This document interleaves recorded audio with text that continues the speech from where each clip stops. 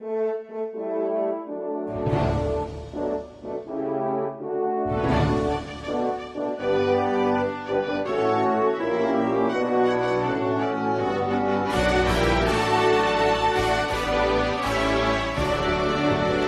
Romanov, la Crimea rusa y su destino, episodio 3. El 21 de octubre de 1894 se celebró un funeral en la pequeña iglesia de la Exaltación de la Santa Cruz del Palacio de Livadia por el emperador Alejandro III, que acababa de morir. Entre los presentes se encontraba el gran duque y zarevich Nicolás Alexandrovich, que juró lealtad al trono ruso. Y el sacerdote ruso padre Juan de Kronstadt administró el rito de aceptación para su adscripción a la Iglesia Ortodoxa de la prometida de Nicolás, que recibió el nombre de Alejandra Feodorovna. Poco antes de su fallecimiento, Alejandro III decide invitar a Livadia a Alicia de Hesse, prometida de Nicolás, su hijo mayor, para bendecir su matrimonio. El 10 de octubre de 1894, Alicia llega a Crimea. La futura emperatriz Alejandra y su hermana Isabel parten de Simferópol rumbo a Alusta. Y es aquí, en la villa Golubka, donde se reúnen con Nicolás. Esta casa pertenecía al héroe de guerra crimeo teniente general Glubev. Glubev se la ofreció cortésmente al heredero al trono para el encuentro con su prometida. Subieron a un carruaje abierto y Nicolás y su futura esposa partieron hacia Livadia para obtener la bendición de su padre Alejandro III. En el trayecto a Yalta, los residentes de las ciudades y los tártaros de Crimea saludaron a la pareja con pan y sal y los acompañaron a pie hasta el palacio de Livadia.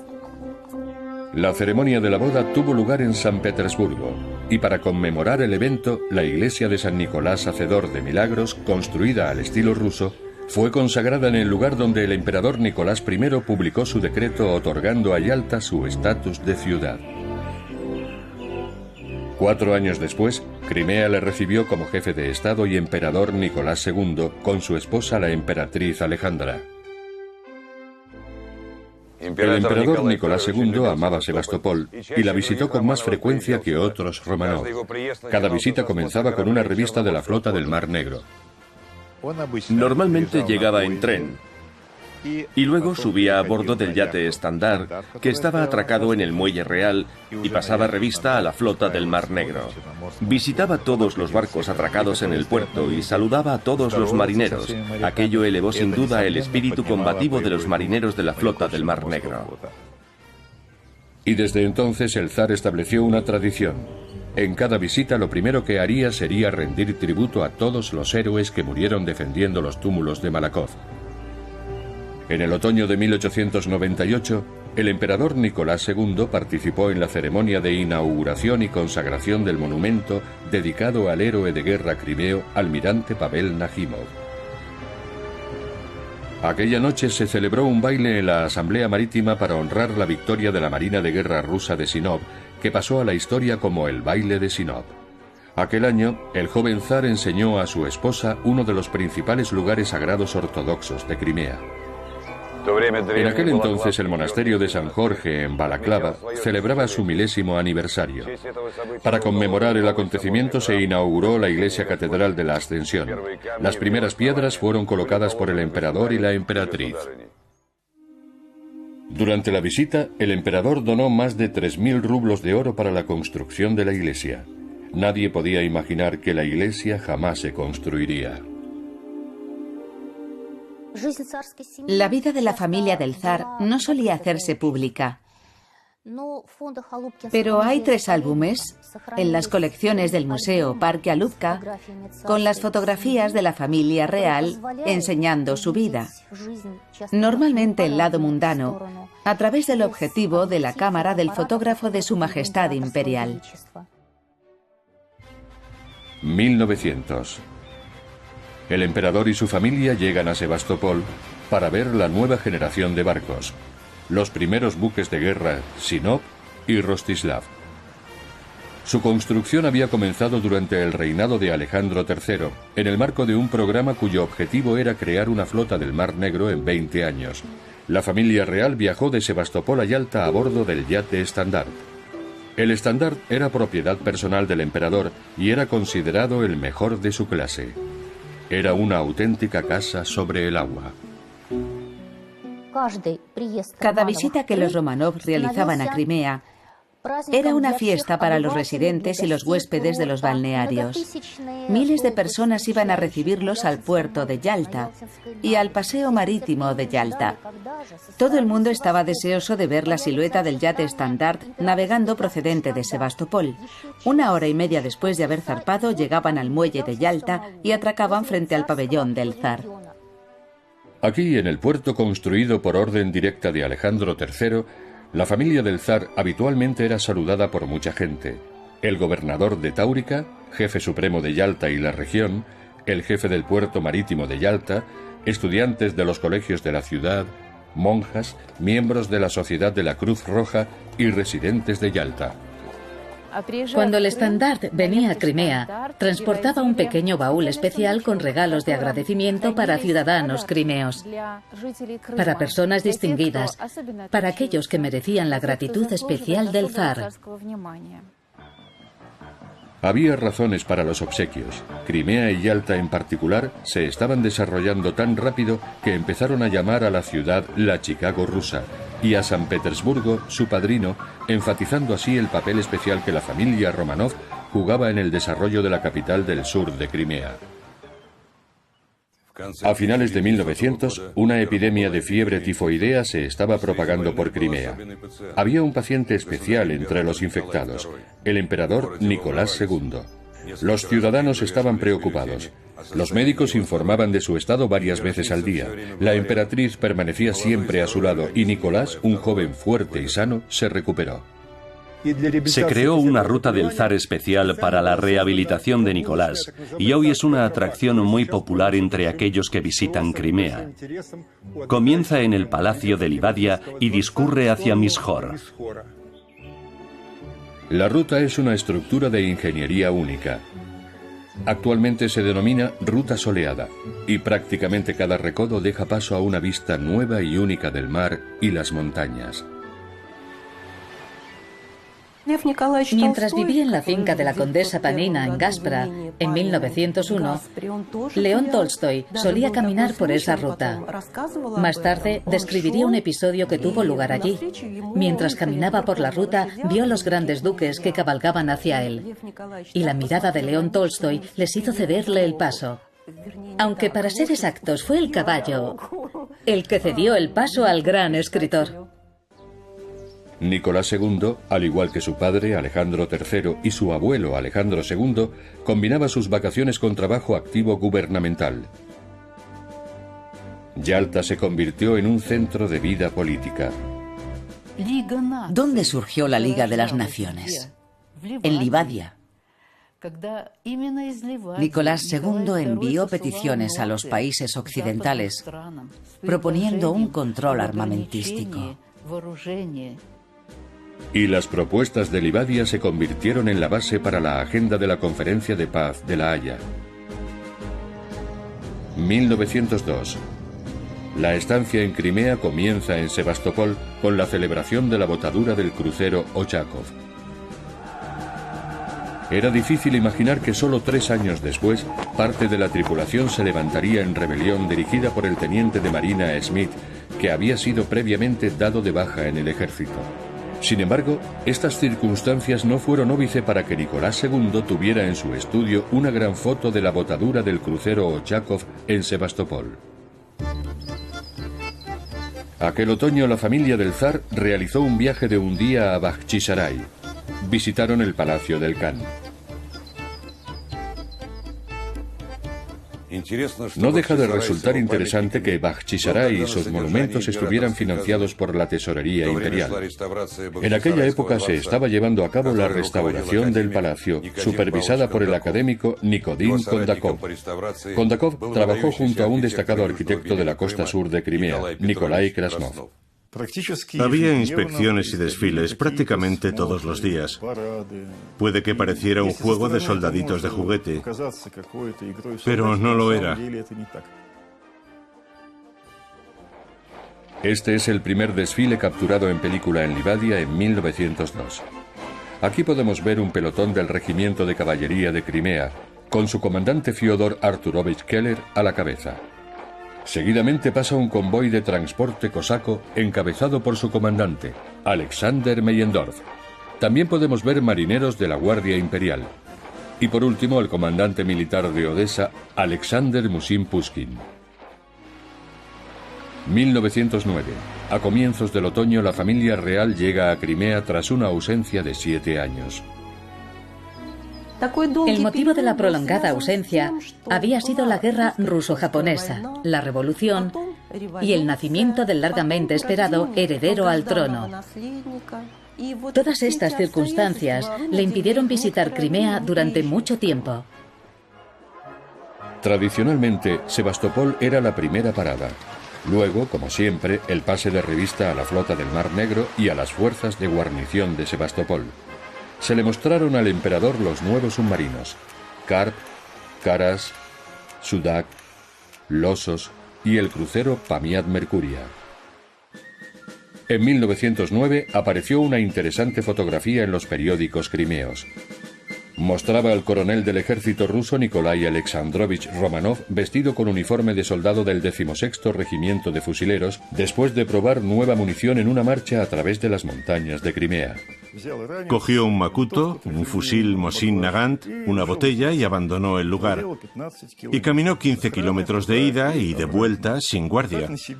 Así fue como supo que la nueva munición era buena, se podía utilizar en batallas y era mejor que la antigua. Y aquí está la foto. Podemos ver a Nicolás II en el 16º Regimiento del Ejército de Su Majestad Real Alejandro III.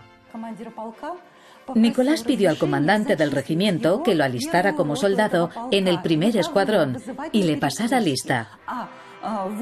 En el apartado Periodo de servicio de la cartilla militar escribió: hasta el final de mi vida.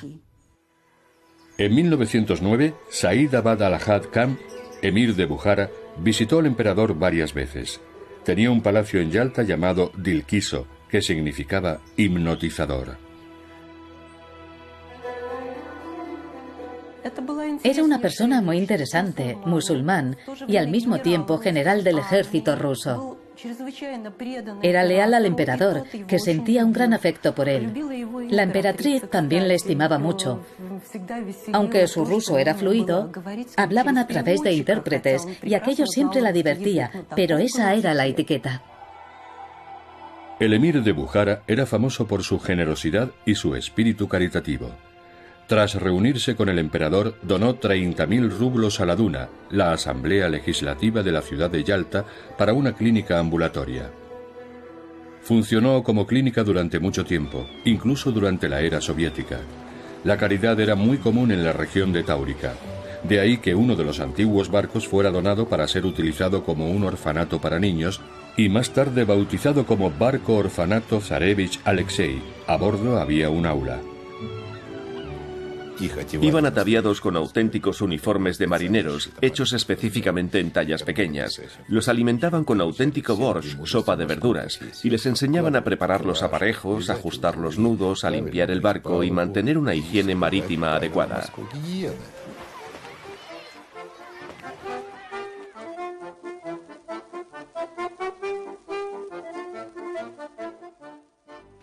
El curso duraba de 3 a 4 años. A la edad de 12 años, los niños del orfanato podían navegar como grumetes en buques de carga. A los 18 eran expertos marineros y eran contratados por los buques mercantes de la Sociedad Rusa de Transporte Marítimo y Comercio. 1911. A su llegada a comienzos del otoño, Nicolás II decide quedarse en Sebastopol. El emperador presencia los vuelos de demostración de la Escuela de Aviación de Sebastopol. No mucha gente sabe que la Fuerza Aérea Rusa nació aquí, en Sebastopol, en la zona de Kacha. El emperador Nicolás II estuvo aquí en 2 ocasiones y despachó los asuntos de la Fuerza Aérea.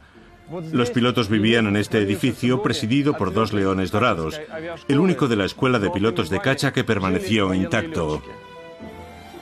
En el otoño de 1911, el emperador visitó el Museo Panorama del sitio de Sebastopol y el Museo de Defensa de Sebastopol. 9 años antes había dado su aprobación a los bocetos que el pintor Roubaud había realizado para el panorama. Fue en el Palacio de Invierno de San Petersburgo donde Roubaud inició de inmediato su trabajo. El panorama del sitio de Sebastopol se desveló el año del 50 aniversario de la batalla. Representaba un día en el que las tropas inglesas y francesas atacaron la ciudad desde el mar. Fue entonces cuando el director y productor Alexander Kansonkov tuvo la idea de realizar una película sobre la defensa de Sebastopol. Los franceses querían hacer una película sobre ese tema y escribieron al emperador muchas veces para comunicarle su intención. Pero el emperador no respondió, a la espera de que directores de cine rusos quisieran hacer una película sobre su propia historia. Entonces, Kansonkov realizó su propuesta. El emperador de inmediato aceptó. La defensa de Sebastopol se convirtió en la primera película encargada por el gobierno. Se contrató a más de 400 personas, marineros y soldados de la guarnición de Sebastopol, para que participaran en las escenas multitudinarias. Entre ellas estaban los niños del barco orfanato, que protagonizaron una escena en la que unos niños recogen balas de cañón. La defensa de Sebastopol se estrenó en Livadia. Kansonkov estaba muy nervioso. Permaneció en silencio en la puerta de entrada. Cuando terminó la película, la sala estalló en aplausos. Él se avergonzó. Entonces, vio que el emperador se acercaba a él. Le dio las gracias y le dijo: «Ha sido un inmenso placer ver la película». Entonces se quitó un anillo de diamantes del dedo y se lo dio a Kansonkov. Dicen que la película dio origen al Yalta Film Studio y Nicolás II fue uno de sus fundadores. La construcción del nuevo Palacio de Livadia estaba tocando a su fin. Después de casi medio siglo, el deterioro del viejo palacio era casi total. La casa perteneció inicialmente al conde Potocki, quien la reconstruyó y la donó a Alejandro II. Se decidió que el arquitecto de Yalta, Nikolai Krasnov, construyera el nuevo palacio. Krasnov tenía una gran reputación como constructor de palacios reales. La familia del emperador visitó algunos de ellos y vio cómo había construido el Palacio Yusupov en Koreich. Nikolai Krasnov, los grandes duques y Nicolás II mantenían una relación muy estrecha. Krasnov había construido todos los palacios de los grandes duques. Hijo de un campesino, alcanzó el estatus de consejero de Estado activo. La construcción fue financiada personalmente por el emperador y terminada en un tiempo récord.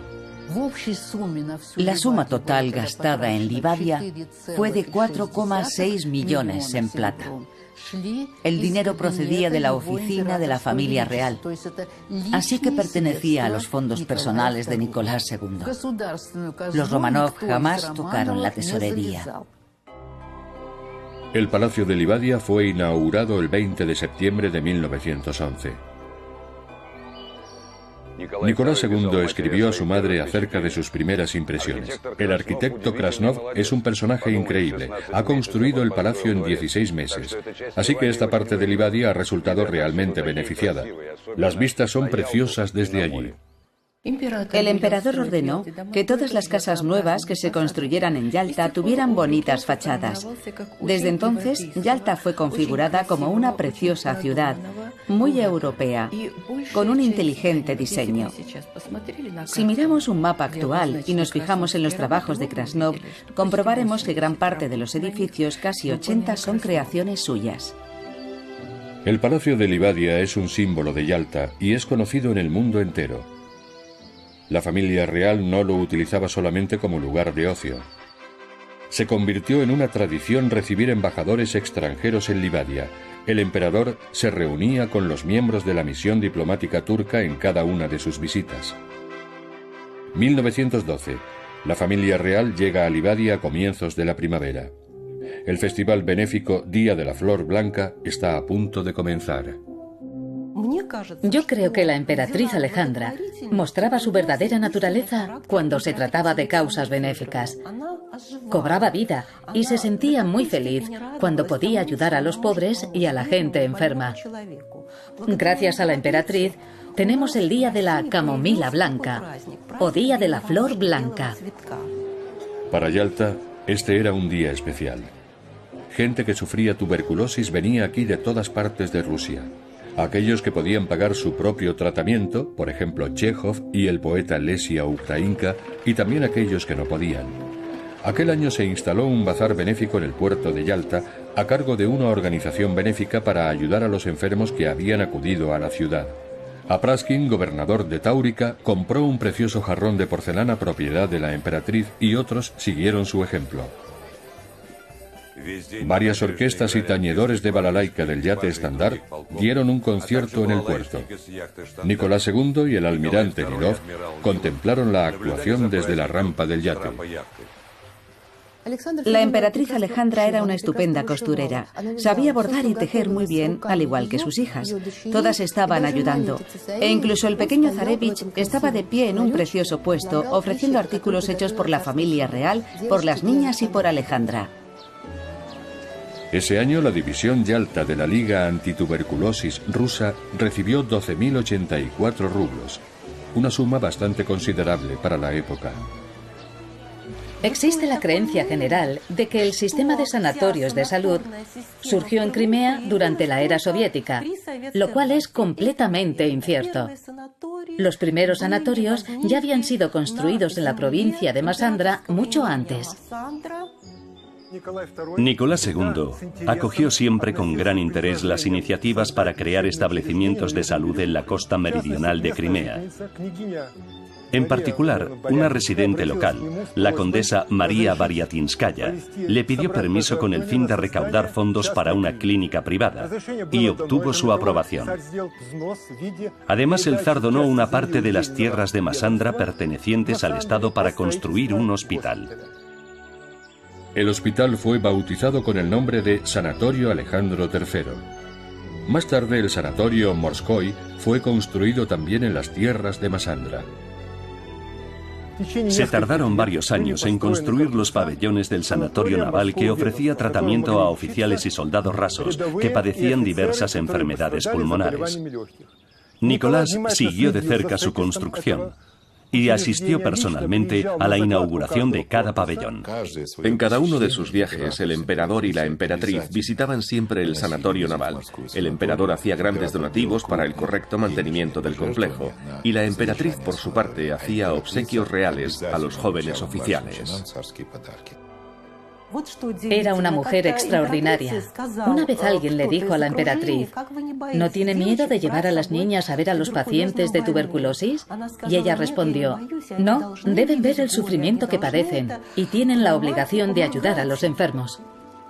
Uno de los pabellones del sanatorio naval, ahora conocido como Clínica Pirogov, fue el último en ser construido en 1914. El arquitecto fue Yuri Stravinsky, hermano del célebre compositor. Podemos ver la colocación de la primera piedra en las viejas filmaciones que se conservan. Nicolás II pone el primer ladrillo y acto seguido el gobernador de Yalta, Iván Dumbatse, toma una moneda y la coloca en los cimientos del futuro sanatorio. Algunos de los antiguos edificios del sanatorio se han conservado hasta nuestros días. Incluso con el exterior remozado, todavía son reconocibles. El sanatorio militar incluía la iglesia de San Nicolás y Alejandra la Mártir. Se construyó siguiendo el estilo ruso, pero el interior fue decorado con tapices tártaros de Crimea. Los sanatorios estaban abiertos a todo el mundo, sin distinción de la clase social o los medios económicos. Marineros, oficiales y cualquier persona enferma eran bien recibidos. Y eran gratuitos, se financiaban con las arcas imperiales. Todos los sanatorios construidos por Nicolás II, incluyendo los balnearios de Masandra y Yalta, siguen en funcionamiento. La primera institución médica de Rusia, el Instituto de Medicina Física, abrió sus puertas en este bello edificio 3 años antes de la Revolución. No es de extrañar que el instituto llevara el nombre de los Romanov. Casi todos los monarcas prestaron mucha atención a Sebastopol y construyeron muchos edificios aquí, incluyendo este instituto, que visitaban en cada uno de sus viajes. ¿Y qué es lo que hizo Lenin? Incautar los edificios. Todos los edificios construidos por el emperador a sus expensas fueron utilizados como sanatorios para los obreros. También podían ir allí de vacaciones. En estos rastrillos benéficos, Alejandra recaudaba fondos para la construcción y desarrollo de los sanatorios. Así que fue realmente la familia real la que fundó el sistema de sanatorios de salud en Crimea. En abril de 1912, el emperador visitó el regimiento de caballería tártaro de Crimea de la emperatriz Alejandra, ubicado en Simferópol. Era un regimiento fiel a la corona y muy leal a la familia imperial. Desde Catalina la Grande estaba formado principalmente por tártaros crimeos. En 1894 fue este regimiento el que recibió con todos los honores a la prometida del todavía Zarevich Nicolás Alexandrovich en Simferópol. A menudo en sus cartas, sobre todo durante la Primera Guerra Mundial, Alejandra solía referirse a ellos como mis crimeos. La industria vitivinícola crimea constituye otro ejemplo más de la devoción de la familia real al desarrollo de Crimea. De hecho, debido a la especial atención que la familia real dedicó a las tierras de Masandra, hoy se produce allí un vino de primera calidad. La elaboración del vino era popular en Crimea, pero solo alcanzó un nivel industrial durante el gobierno de Alejandro III.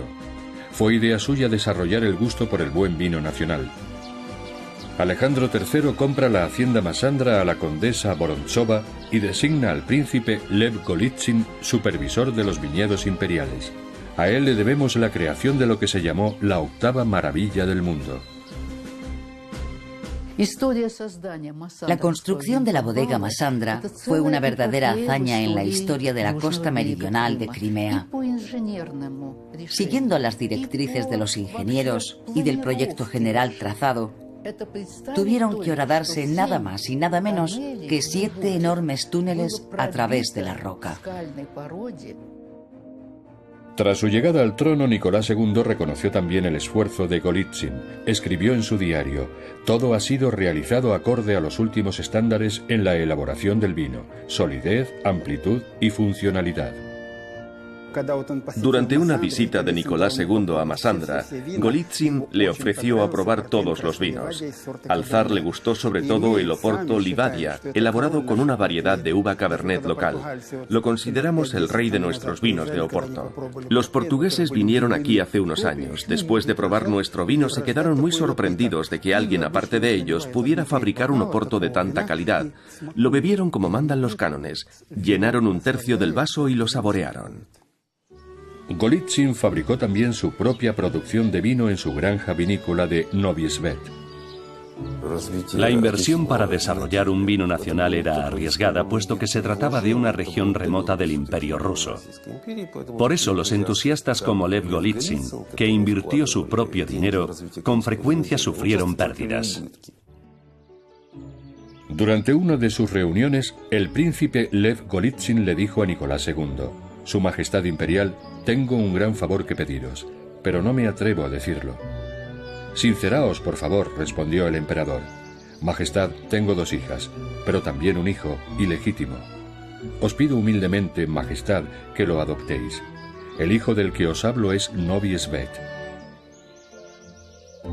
De esta manera, el príncipe Golitsyn le estaba pidiendo al zar que aceptara como regalo Novi Svet, con sus instalaciones de producción, sus bodegas, sus viñedos y sus almacenes llenos de vino. Golitsyn le pidió también que le permitiera crear allí una escuela rusa de vinificación. El regalo resultó de un valor inestimable, pues el champán de Novi Svet es ahora muy célebre fuera de Rusia.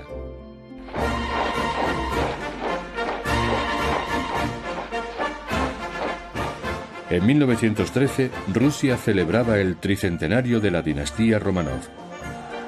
Tras las ceremonias celebradas en San Petersburgo, Moscú y Kostroma, la familia real llegó a Crimea. Un grupo de pilotos vino desde Kacha para saludar al emperador en Sebastopol.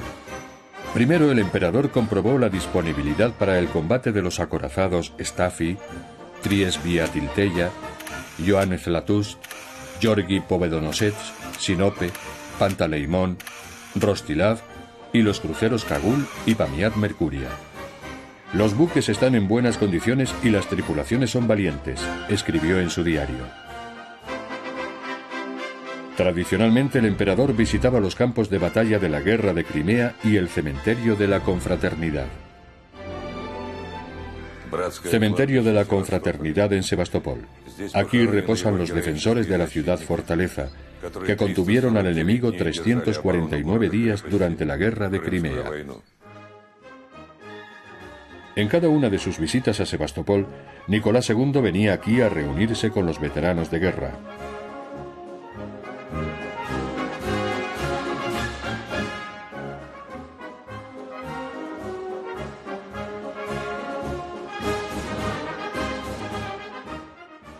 Uno de los acontecimientos más notables durante el otoño de 1913 fue la exposición agrícola de jardineros, viticultores y agricultores del sur de Crimea. Se llevó a cabo en Yalta, en el jardín de la ciudad, frente al paseo marítimo. En 2 días recibió 3.000 visitantes. ¿Se lo imaginan? La exposición fue una demostración de cómo Crimea había cambiado desde Catalina II. El público se sintió especialmente atraído por los pabellones del Jardín Botánico Imperial Nikitsky, el de productos de mármol del comerciante Firi de Yalta y el de la Sociedad de Promoción de la Industria Artesanal de los Tártaros de Crimea. Este último presentaba maravillosas telas de seda y alfombras. Ese año, la famosa cantante de música popular rusa Nadezhda Plebistkaya estaba de gira en Yalta.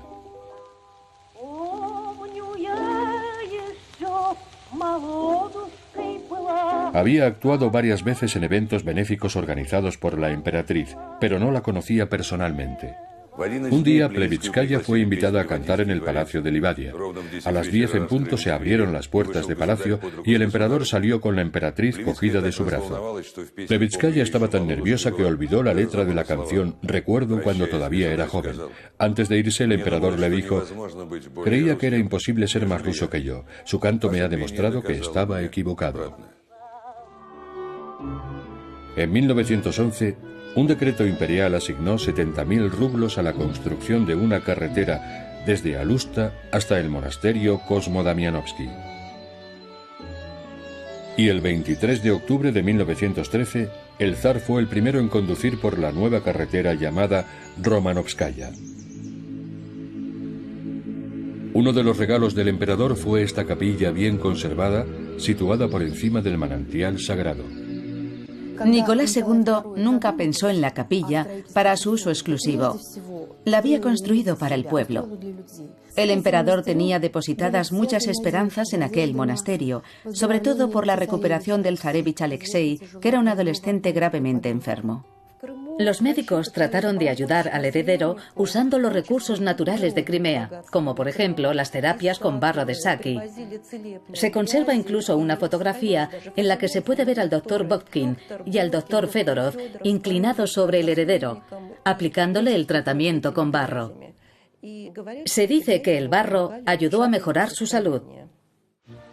El 27 de marzo de 1914, Nicolás II llegó a Sebastopol con su familia, y al día siguiente pasó revista a los jóvenes marineros y soldados de la guarnición. También inspeccionó el nuevo destructor Bespokojny. Un día sus propias hijas lo acompañaron a la ceremonia de inauguración de una dársena en el puerto. Antes del comienzo de la Gran Guerra, Nicolás II visitó los diques secos de Sebastopol. Una vez retirada el agua, servían para la construcción y reparación de buques navales. Entonces eran los más grandes de Europa. En la primavera de 1914, Sebastopol celebró una gran ceremonia de inauguración y dedicación de una mezquita en honor del emperador Alejandro III. A la ceremonia asistieron oficiales musulmanes de la guarnición de Sebastopol. El educador de los tártaros de Crimea, Ismail Gasprinsky, leyó la primera oración en la mezquita. La familia real celebró su última Pascua en Livadia en 1914. No sabían que nunca volverían a ver su palacio favorito. Aceptaron alegremente los buenos deseos de los presentes y el emperador intercambió saludos de Pascua con sirvientes, oficiales, soldados y marineros en el patio italiano. Fueron 920 personas en total, escribió en su diario. La emperatriz regaló huevos de Pascua a todo el mundo. Nadie imaginaba entonces que la Primera Guerra Mundial estaba a punto de estallar. Este bello edificio en el centro de Simferópol acogió la asamblea de oficiales del 51º Regimiento de Infantería lituano. La marcha El adiós de Slavianka o la despedida de las mujeres eslavas se interpretó por primera vez aquí. Normalmente asociamos esta marcha con el director de orquesta Vasily Agapkin, el autor de esta composición legendaria. Sin embargo, aunque él era el compositor de la pieza, no pudo organizar la orquestación. Así que le pidió a Jakub Bogorad que lo ayudara. Entonces era el director de la banda del regimiento y se encargó de la orquestación. La primera interpretación de la marcha tuvo lugar en esta espléndida sala, que posee la mejor acústica de Crimea.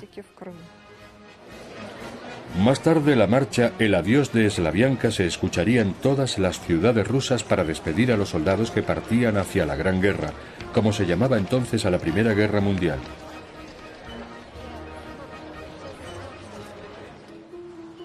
El sur de Crimea se convirtió en un gran hospital para todos los rusos. Allí fueron tratados los soldados heridos en combate. Más tarde se construyó el último sanatorio planificado por Alejandra, el hogar para los fatigados y convalecientes, que también se convirtió en hospital. Y se abrieron muchas enfermerías en varios estados del sur de Crimea. En 1915 el emperador viajó 2 veces a Sebastopol para inspeccionar la fortaleza y la flota naval. En una carta le escribía a su esposa: imagínate, el alcalde de la ciudad Dumbatse me informó que el acorazado Breslau disparó unos 40 proyectiles contra Yalta y dañó gravemente el Hotel Rosia. Cerdos. Durante la Primera Guerra Mundial, la familia real nunca viajó a Crimea para pasar sus vacaciones. No pudieron visitar su dulce hogar, su querida Livadia, su cielo en la tierra, como lo llamaba la emperatriz Alejandra. Sin embargo, la familia sí vino con otro propósito. Fue para inaugurar el sanatorio Alejandra Fyodorovna en Eupatoria. Aquí, en la recién construida estación de Eupatoria, el alcalde Semión Dubán entregó pan y sal al emperador y a la emperatriz una caja con 30.000 rublos para los soldados heridos. Luego la familia real visitó la catedral de San Nicolás y la mezquita de Yumayamí, donde el jefe de la comunidad musulmana de Eupatoria, Mustafa Efendi, agasajó también con pan y sal al zar Nicolás II. Después de visitar la mezquita, el emperador partió hacia Karaim Kenasa. A comienzos de la Primera Guerra Mundial, el ejército ruso contaba con 800 oficiales caraítas y 4 almirantes generales. Era una cantidad muy considerable. Muchos de ellos fueron condecorados por su valentía y heroísmo. Después de visitar Kenasa, la familia imperial fue al sanatorio militar auspiciado por Alejandra. Antes de su partida pudieron descansar solo unas pocas horas en Eupatoria. En mayo de 1916, Sebastopol y la flota del Mar Negro informaron a su emperador por última vez. Inspeccionó la flota del Mar Negro y aumentó la moral de los marineros. En aquella época, el joven almirante Alexander Kolchak era el jefe de la flota del Mar Negro. La Armada planeaba una importante operación para entrar en el Bósforo. Podría haber puesto fin a la Primera Guerra Mundial con una gloriosa victoria para Rusia. En su última visita a Sebastopol, el emperador, a bordo de su yate Standard, visitó el monasterio de Georgievsky Balaklavsky, en el que 18 años antes había puesto la primera piedra para la construcción de la nueva catedral. Cuando el Standard zarpaba ya de regreso desde el Cabo Fiolent, los pasajeros vieron a un viejo ermitaño sobre las rocas que bendecía al emperador con una gran cruz. Más tarde fue visto como un presagio del Via Crucis que le aguardaba. Cuando los bolcheviques llegaron al poder, reunidos en secreto, bueno, solo al principio fue en secreto, tomaron la decisión de eliminar físicamente a toda la familia real. El emperador, su familia y su hermano Mijaíl fueron ejecutados en 1918. En total, 19 miembros de la casa de Románov fueron asesinados. Solo los Románov que habían permanecido en Crimea sobrevivieron. De hecho, podríamos decir que de una manera mística, Crimea los salvó. Las autoridades soviéticas de Yalta planeaban matar también a todos los Románov que se alojaban en las fincas de Aitodor, la finca de Dulber y de Harax. En Livadia no había nadie. La reina británica Alejandra tuvo que insistir a su hijo, el rey Jorge V, para que enviara un destructor británico a ayudar a su hermana, la emperatriz María Fiodorovna, y a los demás. No solo su hermana y todos los Románov, sino todos los que quisieron llevarse con ellos, fueron trasladados a bordo del buque de guerra británico. La emperatriz María, viuda de Alejandro III, se negó a partir si alguien cuya vida estuviera en peligro se quedaba en tierra. María Fiodorovna descendió de su carruaje, se acercó a su caballo, lo acarició y, apoyando su frente en él, dijo: «Adiós, amigo mío, es posible que nunca vuelva a verte». Luego subió al barco y fue trasladada por jóvenes oficiales al acorazado Marlborough. Se quedó en la cubierta, contemplando cómo se iba alejando de la orilla, y entonces los marineros entonaron el himno de la vieja Rusia, el himno del Imperio ruso.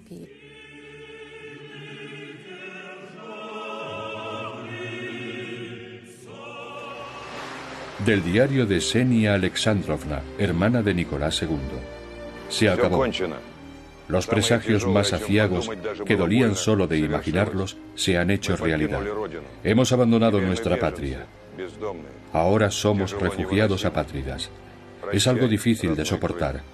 Adiós, mi querida Crimea. Ojalá volvamos a vernos algún día. Que Dios ayude a mi amado país. Así se escribió la última página de los Románov en la historia de Crimea. En pocos años, la historia de la Crimea rusa también llegaría a su fin. Después del gran éxodo, otra historia emergió, la historia de la Crimea soviética. 1919. En Simferópol, el Comité Revolucionario decidió demoler la estatua de la emperatriz Catalina.